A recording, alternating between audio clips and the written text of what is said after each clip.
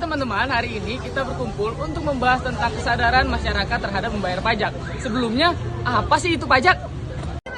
Pajak adalah kontribusi yang diwajibkan oleh pemerintah kepada individu atau badan usaha yang digunakan untuk membiayai pengeluaran publik dan kepentingan infrastruktur, pendidikan, kesehatan, dan keamanan berbagai layanan publik lainnya. Pajak merupakan sumber utama pendapatan pemerintah dan diatur oleh hukum. Pembayaran pajak tidak bersifat sukarela dan sanksi dapat dikenakan jika seseorang atau organisasi tidak memenuhi kewajiban pajaknya. Memang dari pajak kita dapat membangun apa aja sih? Dengan pajak kita dapat membangun infrastruktur seperti jalan, jembatan, sekolah, dan lain-lain yang seperti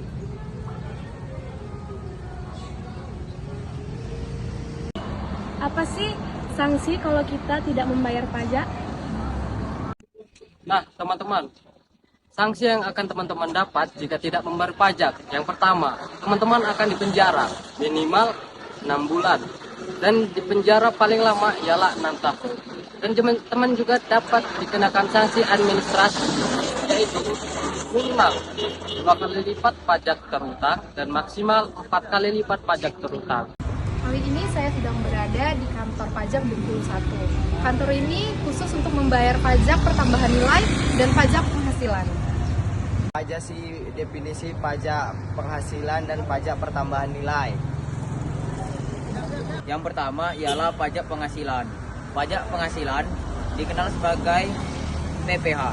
Pada pasal 25, pajak penghasilan dibebankan pada penghasilan perorangan, perusahaan, atau badan hukum. Pajak penghasilan bisa diberlakukan progresif, proporsional, dan regresif. Yang kedua ialah pajak pertambahan nilai atau dikenal dengan PPN. Pajak pertambahan nilai merupakan pajak atas pajak konsumsi barang dan jasa di dalam daerah. PPN yang dikenal secara bertingkat dalam setiap jalur produksi dan distribusi.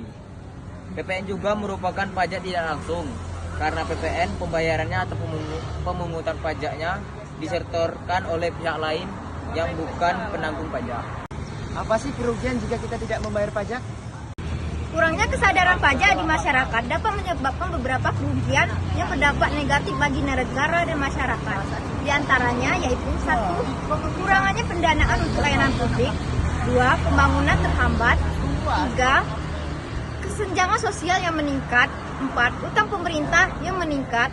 5. Ekonomi yang tidak stabil. 6. Kurangnya kepercayaan pada pemerintah. 7. Sanksi internasional. 8. Kesulitan mencapai tujuan pembangunan. 9. Kurangnya partisipasi masyarakat.